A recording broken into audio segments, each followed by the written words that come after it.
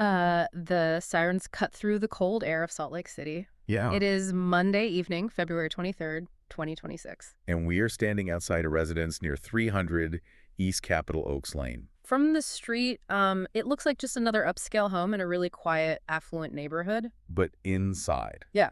it is absolute chaos. Police and paramedics are just swarming the hallway. The dispatch call has already gone out, and the code is honestly chilling. Right. It was full arrest. Medical emergency. In those frantic first few minutes, the first responders are doing everything they possibly can, They administer a dose of Narcan. which is the emergency treatment designed to reverse an opioid overdose. Right. They are desperately trying to pull a 23-year-old man back from the brink. But the silence that follows is the kind that just screams. The resuscitation doesn't work. No. The young man is pronounced dead right there at the scene. And suddenly, those flashing lights outside aren't just signaling a medical tragedy. They are illuminating a massive, unfolding scandal. Because the body on the floor isn't just an anonymous citizen. It is Robert Cosby Jr. The only son of reality TV royalty and a really controversial church leader. The cameras flashed. The crowd froze. And just like that, Hollywood had a new obsession. Welcome to Starscope Report. I am Jordan. And I am Jamie. Join Jordan and Jamie as they uncover Hollywood drama, music industry shakeups, and viral influencer scandals. From red carpet surprises to social media controversies, we dive deep into the stories behind the fame. Today, we are doing a deep dive into a story that is equal parts heartbreaking and scandalous. A reality star's son gets released from jail, only to die weeks later. The headline everywhere right now is, out of jail for 24 hours, then he died. Which is a gripping headline, Oh, unquestionably. Absolutely. It paints this picture of immediate catastrophic failure. But as we look through the court records and all the source material for this deep dive, we found that the timeline is actually a little more complex. And honestly, even more tragic because of the missed opportunities it reveals. Exactly. So our mission today is to walk you through exactly what happened in the final days of Robert Cosby Jr.'s life. The demons he was battling on national television. Right. And the bizarre, really high-pressure world he grew up in. Because, let's be honest, his family dynamic makes other reality TV families look incredibly normal. It really does.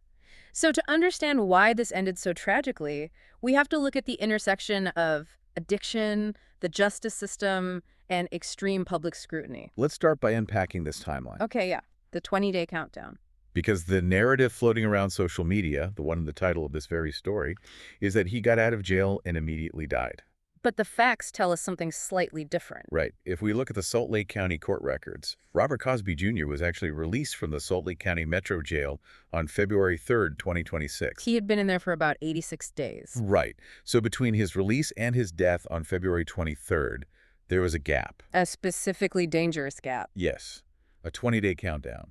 And this is where the story shifts from just a tabloid scandal to a real systemic failure. Because in the world of addiction recovery, there is a concept known as the danger zone immediately following incarceration. When someone is in jail for 3 months, like Robert was, their physiological tolerance for opioids drops significantly.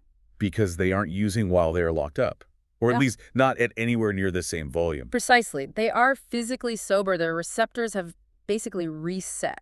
But, and this is the crucial part, unless they have had intensive treatment. Which is rare in a county jail. Exactly. The psychological addiction is often still roaring. The brain still craves that high. So they get released, they return to their old environment, and they try to use the exact same dosage they were using before they went in. But their body can no longer handle it. That is it. That first use post-release is statistically one of the most lethal moments in an addict's life. It is an ambush by your own history. That is a terrifying way to put it, but it is true. So he is walking out of jail on February 3rd, probably feeling invincible or maybe terrified. And he enters this 20-day window where his own body is essentially a ticking time bomb. And then we get to February 23rd. The police arrive at the Cosby residence. We know from the reports that it started as a medical emergency call. But once they arrived and pronounced him dead, it immediately transitioned into a death investigation. And the reaction from his mother, Mary Cosby, was immediate and heartbreaking. She released a statement saying, "Our beloved son, Robert Jr., has been called home to the Lord." It is such a stark shift from the Mary we see on TV. Right, the one who is usually involved in these petty feuds about outfits or rumors. Here, she is just a mother who lost her only child. The child she used to call her prize. The prize. That word really sticks with me. It implies so much pressure, doesn't it? Being the trophy of the entire family. It really does. But this tragedy wasn't a surprise to everyone. No, it wasn't. In fact, his own mother predicted it on camera. Coming up, we will discuss the haunting confession that foreshadowed this exact moment. But first, if you are captivated by these deep dives into the dark side of reality fame, make sure you are subscribed. We have got even wilder stories from the archives coming up next week. So let's look at reality TV as a cry for help. Let's go back to the screen. Season 5 of The Real Housewives of Salt Lake City. This wasn't just background noise. Robert's struggle was a main storyline. It was. And usually, reality TV addiction storylines feel a bit produced, you know. Like they are just checking a box for drama. Exactly. But this felt incredibly raw. We had Robert Jr. on camera, sitting with his mom, admitting that he started using drugs at age 16. 16 years old. That is such a critical developmental window. And he listed off a pharmacy's worth of substances. Xanax, Adderall, cocaine, opioids. He was mixing downers and stimulants, which is incredibly hard on the heart. That is what they call speedballing, right? Essentially, yes. You have one drug telling the heart to race and another telling it to slow down. It creates a chaotic rhythm that can easily lead to cardiac arrest. And there was that specific moment during the season where he looked at Mary and said, I just felt like this world wasn't for me. That is the voice of profound depression. That isn't just partying. That is escapism in its most desperate form. He wasn't trying to have fun. He was trying to disappear. And Mary, to her credit, seemed to understand the gravity of it, even if she didn't know how to fix it. But the legal trouble was escalating right alongside the addiction. In November 2025, just a few months before his death, he was arrested. And the details of that arrest are wild. He was charged with assault, trespassing, and violating a protective order against his wife. Right, Alexiana Smokoff. The detail that really stands out from the police reports is the trigger for that altercation. Allegedly, he became violent because his wife flushed his drugs down the toilet. That is a classic tragic scenario in addiction. The family tries to intervene by destroying the supply, and the addiction fights back violently. And remember, Alexiana filed for divorce shortly after that arrest. So when we talk about him getting out of jail in February 2026, he isn't coming home to a wife and a solid support system. He is coming home to a pending divorce, a crumbled marriage, and a mother who is busy filming a reality show. And that brings us to the quote that is haunting everyone right now. It was during the season 6 reunion. Mary is sitting there. Andy Cohen is asking her about Robert being in jail. And she says, and I am paraphrasing here, but it was very close to this, I am not worried. I know he is somewhere where he is not using. And then she dropped the hammer. She said, I'd rather him be there in jail than dead. She literally said she preferred him in a jail cell because she believed it was the only place he was safe from himself. It is a devastating irony. She viewed incarceration as a sanctuary for him. And in a way, she was right. While he was in custody, he was alive. It was the freedom that killed him. It really makes you wonder about the support systems available to him, or the lack thereof. But we also have to talk about the environment he was returning to. Because Robert didn't just grow up in a rich family. He grew up in the Faith Temple Pentecostal Church. Ah, yes. The kingdom. You cannot tell Robert Jr.'s story without telling the story of his parents. Okay, let's unpack this family tree, because every time I try to explain it, I feel like I need a visual aid. Mary Cosby married her step-grandfather, Robert Cosby Sr. To inherit the family church and the business empire. Right. It was an arranged marriage, according to her grandmother's will. So Robert Jr. is the product of this union between Mary and her step-grandfather. He grew up as the prince of this church. But it is not just a standard church, is it? Well, we have to look at the documentary that came out recently, The Cult of the Real Housewife. That title alone does not pull any punches. No, it is aggressive, but the allegations in it were very serious. And just to be completely clear, for you listening, we are not taking sides on these allegations. We are strictly reporting impartially on what the documentary claims. Exactly. We are just looking at the source material. Hmm. And the documentary talked extensively about heave offerings. Heave offerings. What does that actually mean for the people sitting in the pews? Well, former congregants allege they were asked to cough up huge sums of money.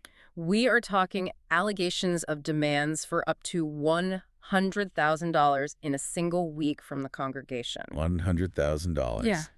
in 1 week. That is the allegation. And there were reports of ushers guarding the doors during these intense fundraising meetings.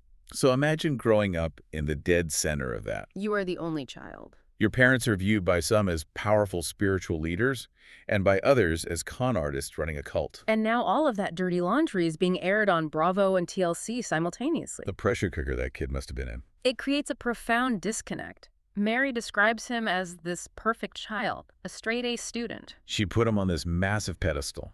But privately, he's dealing with the shame of the family reputation. The confusion of his lineage. And a crushing addiction. And when you are the prince, you cannot show weakness. You cannot be the addict. Exactly. You have to maintain the image of the anointed successor. And when the coping mechanism, the drugs, gets taken away by jail. And then you are thrown back into that high-pressure environment without that coping mechanism. Well, we saw the result. The industry reaction to this has been swift, hasn't it?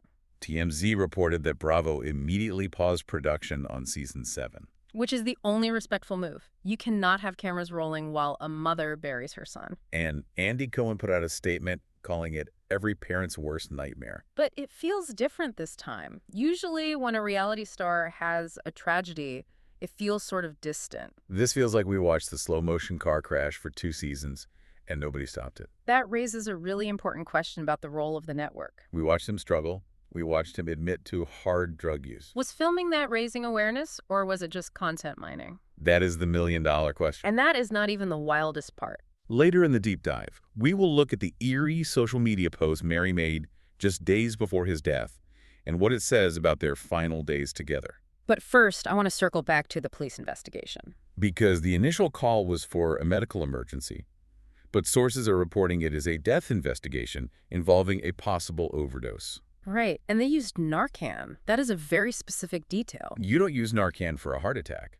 You use it for opioids. It confirms the suspicion that this was a relapse. And connecting this to the bigger picture of the opioid crisis, it really doesn't matter how much money you have. It doesn't matter if you live in a mansion in Utah or a tent on the street. The physiology of overdose is the ultimate equalizer. Let's talk about those final days, the 20 days of freedom. We know he was released February 3rd. We know he died February 23rd. What was happening in that house during that window? Silence, mostly. But there was one glimpse. Mary posted on social media. She shared a photo of her son, thanking God for his return. She wrote, "Thank you all for your prayers. Love you."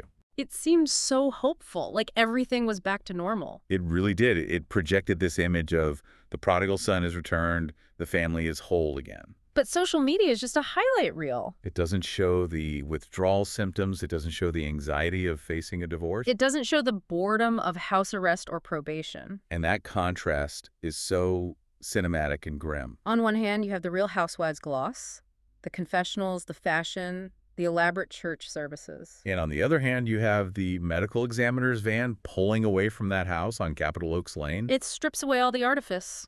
When the police tape goes up, the reality show ends and actual reality begins. And actual reality is brutal. I want to touch on the divorce aspect again because I feel like we breezed past it earlier. His wife, Alexiana, they had a secret marriage, right? They did. That was a huge storyline in season 4. Mary didn't even know they were married initially. Right. They got married at a courthouse in 2022. So he kept massive secrets from Mary. Huge secrets. And Mary's reaction to the marriage on the show was chilly, to say the very least. So Robert was caught between these two powerful women in his life. His mother, who controlled the family empire, and his wife, who was arguably his escape from it. And then the wife files for divorce. Right. She filed right after he got arrested for going to her house and allegedly assaulting people. So his escape route was closed. He had burned that bridge. When he got out of jail, he only had one place to go. Back to Mary. Back to the church. Back to the source of the pressure. Exactly. It is just incredibly heavy. You look at the photos of him, he was 23. He looked like a kid. He was a kid who admitted he started using at 16 because he felt unseasoned for the world. That was his word, unseasoned. That is such a poetic and sad way to put it, like he wasn't ready. And he felt like a stain. He literally told his mother on camera, "I felt like a stain." Heartbreaking. So what does this all mean for the future? Obviously, the show is paused. Yeah. But for Mary Cosby is a woman who has survived scandal after scandal. the marriage, The church accusations, the feuds. She has always seemed untouchable, wrapped in this armor of couture and religious rhetoric. But this is the one thing you cannot spin. You cannot reality TV your way out of grief. And she has to grieve while the world watches. And while the world judges, because the internet is already filled with people saying, we saw this coming. Or criticizing her parenting, or blaming the church. Which is inevitable, given the platform, but still harsh. It is. But we have to look at the systemic failure here, too. You asked earlier about the danger zone. In a perfect world, when Robert left jail on February 3rd, there would have been a seamless handoff. A warm handoff. Exactly. From the jail cell directly to a rehab facility or a sober living house. Not back to the mansion. Not back to the exact environment where the addiction started. But instead, he went home. He went home. And 20 days later, he was gone. It really highlights that wealth doesn't insulate you from the cracks in the system. If anything, it might hide the cracks until it is too late. I would argue wealth can sometimes widen the cracks. It buys privacy. It buys the ability to hide the problem behind closed doors until the sirens show up. It allows you to bypass the public safety nets that might actually catch someone in a different tax bracket. So we are left with this tragic narrative arc. A boy born into a controversial empire who struggled to find his footing, found drugs instead, tried to get clean, went to jail, and died before he could really start his life. And a mother who controls a church empire and a TV narrative, now powerless in the face of the one thing she feared most. It is a sobering reminder that behind the Real Housewives taglines, there are real people with very real, very fatal problems. And it serves as a grim case study for that post-incarceration window. If there is one takeaway for anyone listening, it is that the first month after release is critical. It is life or death. Absolutely.